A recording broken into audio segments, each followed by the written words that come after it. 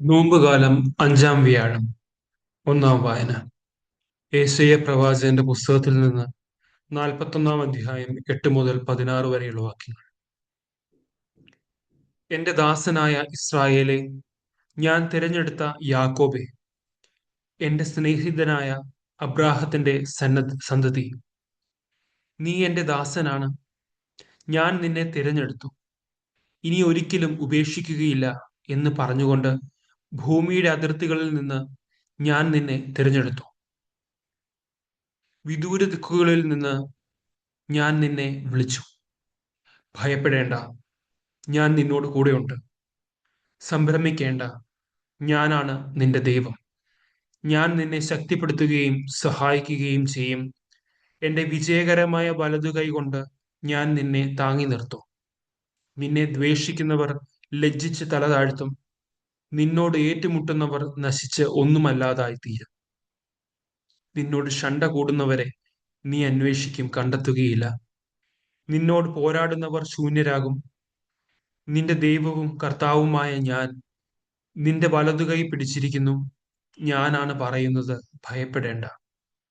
ഞാൻ നിന്നെ സഹായിക്കും. കർത്താവ് അരുൾ ചെയ്യുന്നു. കൃമിയായ യാക്കോബേ, ഇസ്രായേലിയരെ, ഭയപ്പെടേണ്ട. ഞാൻ നിന്നെ സഹായിക്കും. കർത്താവ് അരുൾ ചെയ്യുന്നു.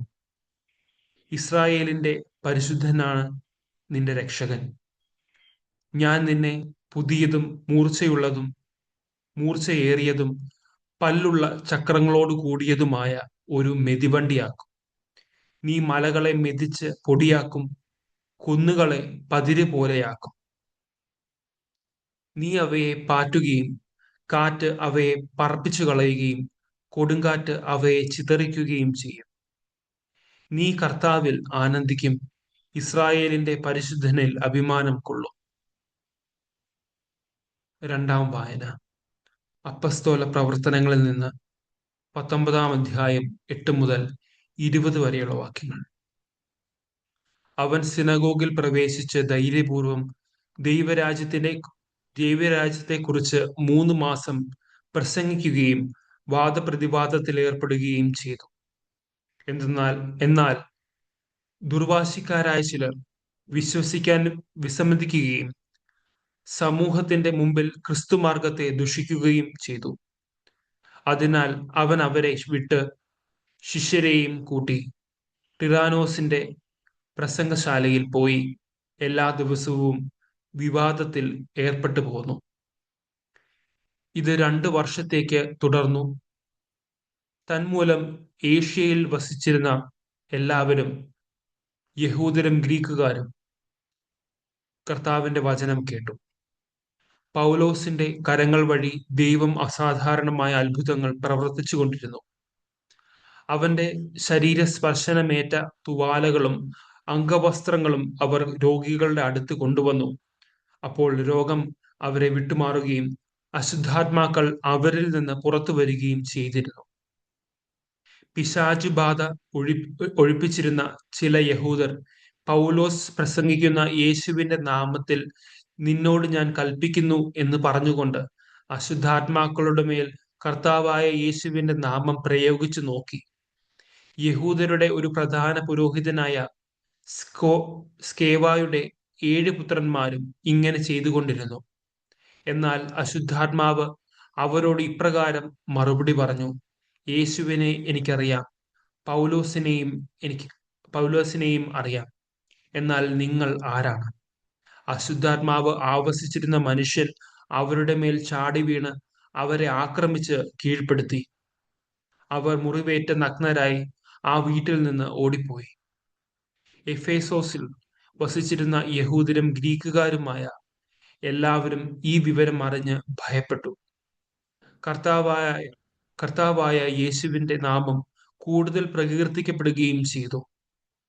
കൂടാതെ വിശ്വാസം സ്വീകരിച്ച പലരും വന്ന് തങ്ങളുടെ ദുർനടപടികൾ ഏറ്റുപറഞ്ഞ് കുറ്റം സമ്മതിച്ചു.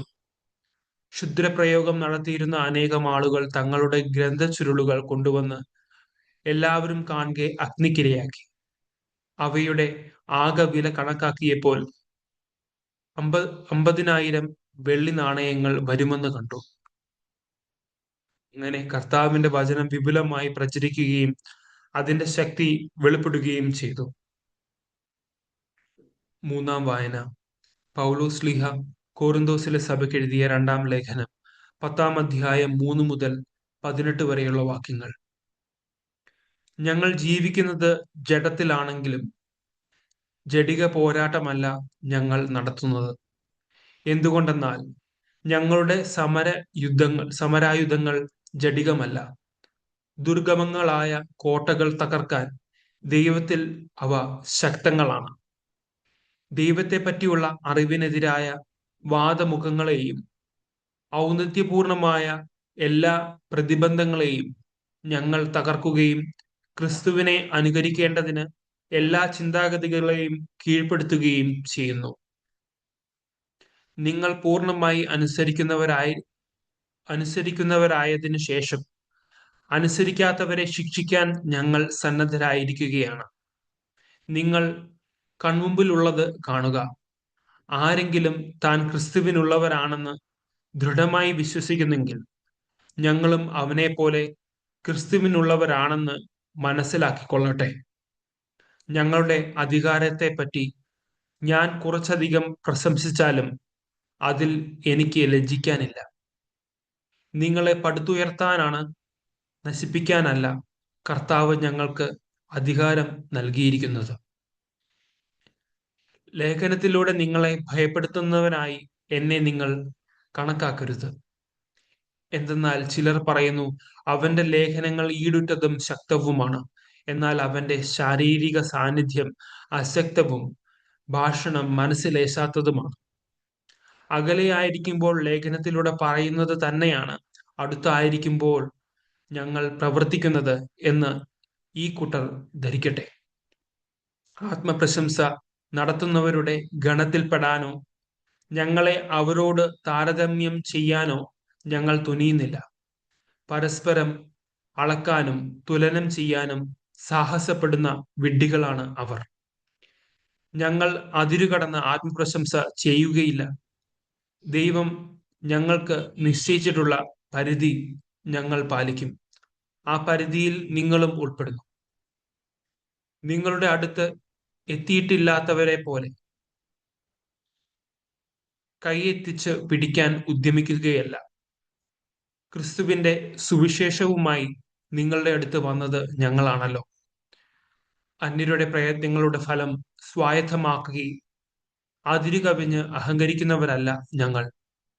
നിങ്ങളുടെ വിശ്വാസം വർദ്ധിക്കുന്നതിനനുസരിച്ച് നിങ്ങളുടെ ഇടയിൽ ഞങ്ങളുടെ അധികാര മണ്ഡലം പൂർവോപരി വികസിക്കുമെന്നാണ് ഞങ്ങളുടെ പ്രത്യാശ. അപ്പോൾ അന്യന്റെ വയലിൽ ചെയ്ത ജോലികളെ പറ്റി പ്രശംസിക്കാതെ നിങ്ങൾക്കപ്പുറമുള്ള സ്ഥലങ്ങളിൽ സുവിശേഷം പ്രസംഗിക്കാൻ ഞങ്ങൾക്ക് കഴിയും. അഭിമാനിക്കുന്നവൻ കർത്താവിൽ അഭിമാനിക്കട്ടെ. എന്തെന്നാൽ തന്നെ പ്രശംസിക്കുന്നവനല്ല, കർത്താവ് പ്രശംസിക്കുന്നവനാണ് സ്വീകാര്യൻ. സുവിശേഷ വായന. വിശുദ്ധ മത്തായി എഴുതിയ സുവിശേഷം 1-ാം അധ്യായം 18 മുതൽ 25 വരെയുള്ള വാക്യങ്ങൾ. യേശുക്രിസ്തുവിന്റെ ജനനം ഇപ്രകാരമായിരുന്നു. അവന്റെ മാതാവായ മറിയവും ജോസഫും തമ്മിലുള്ള വിവാഹ നിശ്ചയം കഴിഞ്ഞിരിക്കെ അവർ സഹവസിക്കുന്നതിന് മുമ്പ് അവൾ പരിശുദ്ധാത്മാവിനാൽ ഗർഭിണിയായി കാണപ്പെട്ടു.